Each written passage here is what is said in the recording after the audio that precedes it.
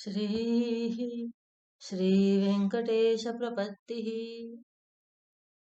ईशानां जगतोऽस्य वेङ्कटपतेर्विष्णोः परां प्रेयसीं तद्वक्षस्थलनित्यवासरसिकां तत्क्षान्तिसंवर्धिनीम् पद्मालङ्कृतपाणिपल्लवयुगां पद्मासनस्थां श्रियं वात्सल्यादिगुणोज्ज्वलां भगवतीं वन्दे जगन्मातरम्।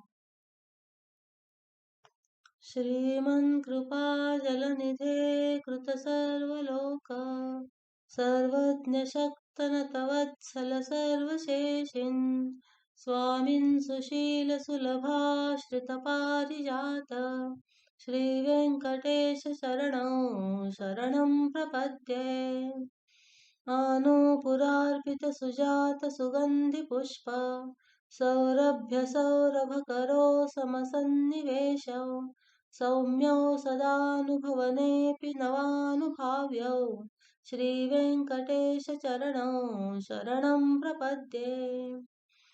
सद्यो विकासिसमुदित्वरसान्द्ररागौ सौरभ्यनिर्भरसरोरुहसाम्यवार्तां सम्यक्षु साहसपदेषु विलेखयन्तौ श्रीवेङ्कटेशचरणौ शरणं प्रपद्ये।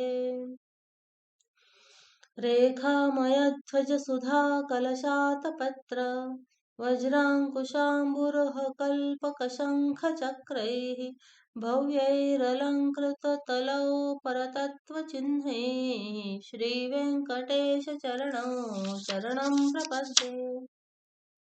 ताम्रोदरद्युतिपराजितपद्मरागौ बाह्यैर्महोभिरभिभूतमहेन्द्रनीलौ उद्यन्नखांशुभिरुदस्तशशाङ्कभासौ श्रीवेङ्कटेशचरणौ शरणं प्रपद्ये।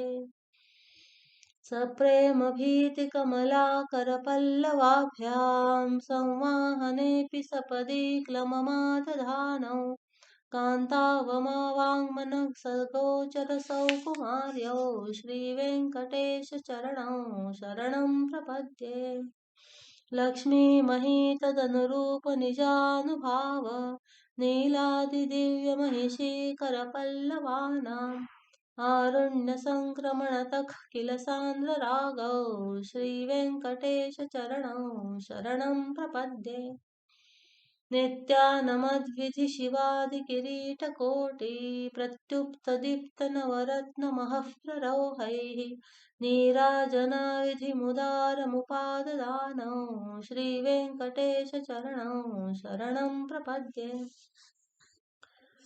विष्णोः पदे परमयित्युदितप्रशंसौ यौ मध्वौ उत्स इति भोग्यतयाप्युपातौ भूयस्तथेति तव पाणितलप्रदिष्टौ श्रीवेङ्कटेशचरणौ शरणं प्रपद्ये।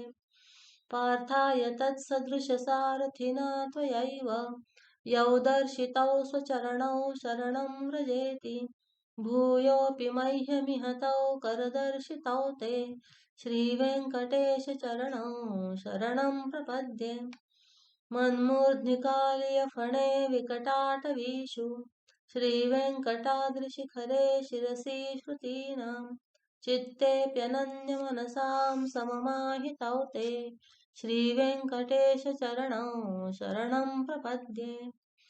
अम्लानरुष्यदवने नल अवनीतलकीर्णपुष्पौ श्रीवेङ्कटाद्रिशिखराभरणायमानौ आनन्दिताखिलमनोनयनौ तवैतौ श्रीवेङ्कटेशचरणौ शरणं प्रपद्ये।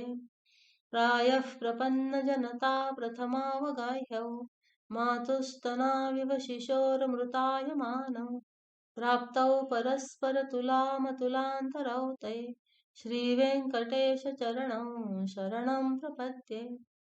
सत्त्वोत्तरैः सततसेव्यमत्पदाम्बुजेन संसारतारकदयार्द्रदृगञ्चलेन सौम्योपयन्त्रमुनिना मम दर्शितौ ते श्रीवेङ्कटेशचरणौ शरणं प्रपद्ये। श्रीश श्रिया घटिकया तदुपाय भावे प्राप्ये त्वयि स्वयमुपेयतया स्फुरन्त्या नित्याश्रिताय निरवध्य गुणाय तुभ्यं स्याङ्किङ्करो वृषगिरीश न जातु मह्यम् इति श्रीवेङ्कटेशप्रपत्तिः।